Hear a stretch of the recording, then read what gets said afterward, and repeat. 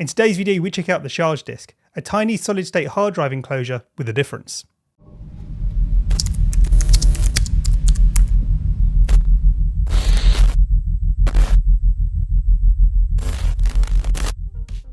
This is the Sharge Disk. It's a small hard drive enclosure that can take an M2 solid-state drive with a capacity of up to 2 TB. Measuring only 43mm tall, 29mm wide and 13mm deep, as you can see next to this AA battery, it really is tiny, and it weighs only 24 grams, literally nothing. While small SSD enclosures are not uncommon, there's quite a few on the market, this one has a difference. It has an integrated fan. This will ensure that your SSD will remain cool at all times and maintain optimal performance, and ultimately prevent the risk of it losing your data if it overheats. Build-wise, the enclosure feels really nicely made. It has a metal case and a glass front so that you can see the drive that's been installed. It really does feel like it's been built to last. The enclosure is also supplied with this case, which will give it some added protection and make sure it's not damaged in transit.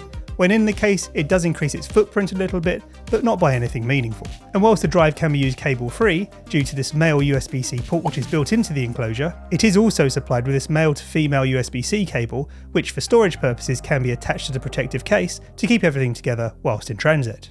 The cable is especially useful if you want to use the drive whilst it's in its protective case. The case itself does somewhat obscure that male USB-C port, so using the cable, you can extend that so you can plug into your device. One other point to consider when using the drive in its case is there is a plastic door at the back you'll need to leave open. This will ensure that the fan can draw air and prevent the actual enclosure from overheating. In the box you receive the enclosure itself, the aforementioned cable and case, and also everything you need to install an SSD. You will have to buy an M2 solid-state drive separately. I bought this 1TB SSD that should be able to max out the performance that this enclosure promises. More on that later. Installing an SSD is super simple and requires no tools. First you need to slide the front off the enclosure. This is held on by magnets, so really easy to remove. Then place one of the supplied thermal pads within the guidelines shown inside. Make sure the rubber lock at the top of the case is rotated out of the way. Then push the SSD into the slot until it clicks into place and push it down so it makes contact with the previously installed thermal pad. Rotate the lock back round so it holds the SSD in place and then slide the cover of the enclosure back in place and you're ready to go. And as soon as I plugged mine into my Mac Mini, it was immediately recognised. I was able to initialise the disk, apply the formatting I wanted and then rename it. Really simple. Now the disk is fully set up and ready to use, let's see if it can live up to the claims it makes with regards to speed. As you can see on the box here, it claims that this disk can handle transfer speeds of up to 1000 megabytes per second. I'm going to use this Blackmagic disk speed test to see how quickly data can be written to and read from a disk in this enclosure. And based on those results, this test will also give you an idea of the type of video file transfer capability that the disk is capable of. For instance, it will tell me whether or not it could edit and read or write 1080p video all the way up to 12K. For comparison purposes, I'm also going to test my old Samsung T5 disk, the one I'm hoping to replace with this, and also the native hard drive in my Mac Mini. So let's start with the Sharge. I will state up front that this is being plugged directly into my Mac Mini, it's not being plugged into a hub or something. So let's go. Okay, so the write speed first, and as you can see here, it seems to be maxing out and holding steady at around the 970 megabytes per second range, so not far off that promised 1000 megabyte a second range at all. On the read side, it seems to be maxing out at around 870 megabytes per second and remaining steady there. And that's a pretty impressive performance, very close to what's advertised. That's really great. What you can also see with the green ticks at the bottom here is that the Blackmagic app is stating that the disk is fast enough to pretty much deal with all video types. The only ones it's pointing out could be possible issues is reading 8K footage at 60 frames per second and reading and writing 12K footage at 60 frames per second also. Now those are super high resolutions, and to be honest with you, pretty much reserved for professionals. Certainly not anything I'm going to be dealing with, so this disk seems to do everything that I need it to. So the performance of the Sharge disk has really stood up. Let's now test my Samsung T5. The disk which I'm aiming to replace. Now granted, this is a far older disk and I'm expecting no way near the performance of the Sharge, so let's take a look at the test and I'll speed it up because we don't want to be here forever.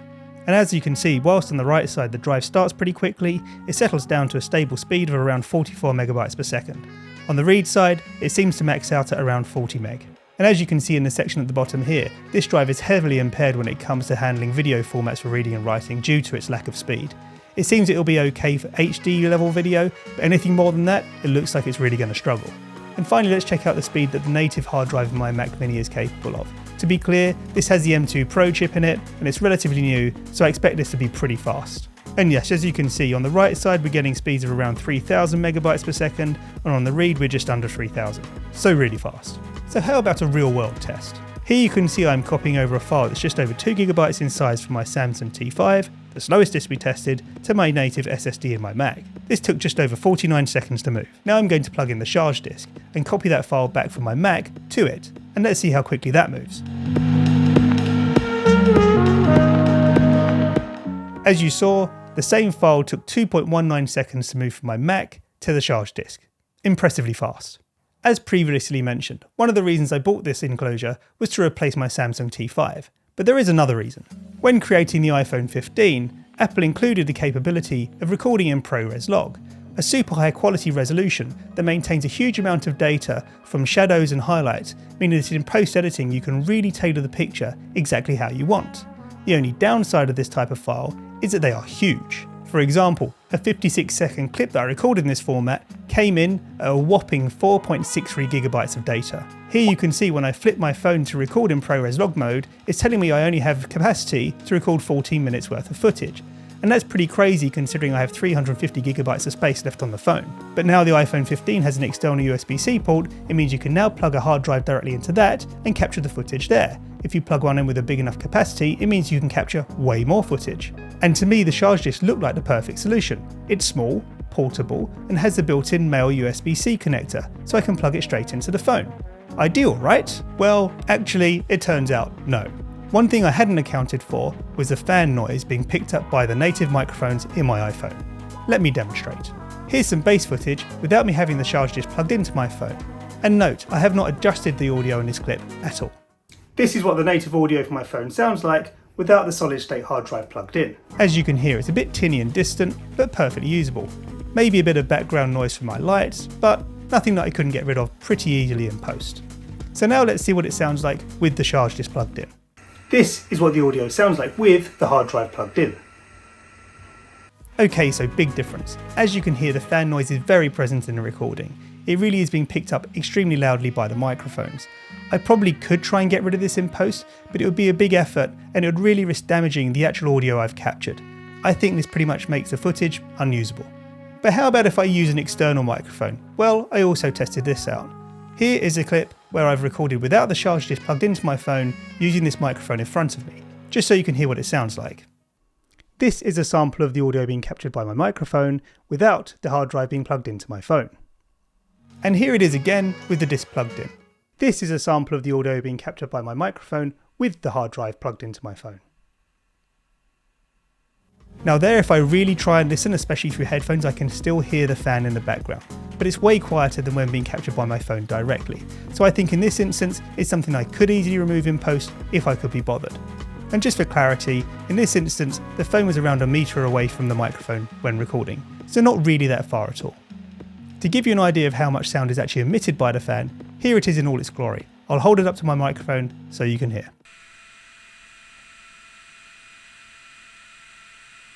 So to really summarise my thoughts on the Sharge Disk, firstly, its build quality is amazing. It's beautifully made and feels like it's really built to last. And secondly, from a portability perspective, it really cannot be surpassed. It's tiny, it will slip into your pocket and weighs nothing. The fact that it has a built-in male USB-C connector really is a boon as well, meaning that it can be used on its own without any additional accessories, really shrinking what you need to carry with you, which is great. As we saw in the speed test, the claims that are being made about being able to transfer up to speeds of 1000 meg per second really seem to stand up, meaning that it can be used for very high quality video transfer and editing on the fly. But then the downside, the fan noise. If you are intending to write footage directly to this when recording with your phone or another device, you really have got to consider its proximity to your microphone. If it's too close, it could destroy your footage and make it completely unusable. However, if you're using an external microphone to record, as long as you're a metre or more away from it, then it really shouldn't be a problem. The only other thing to consider when thinking about the fan noise is whether or not this is a noise you could actually put up with if you're using this to edit from or have it permanently plugged into your device. It is a bit annoying and quite shrill. Now currently the disc enclosure is on sale at Sharge directly, and you can pick this up for just over £30 in the UK or just under $40 in the US, which I think is a great price.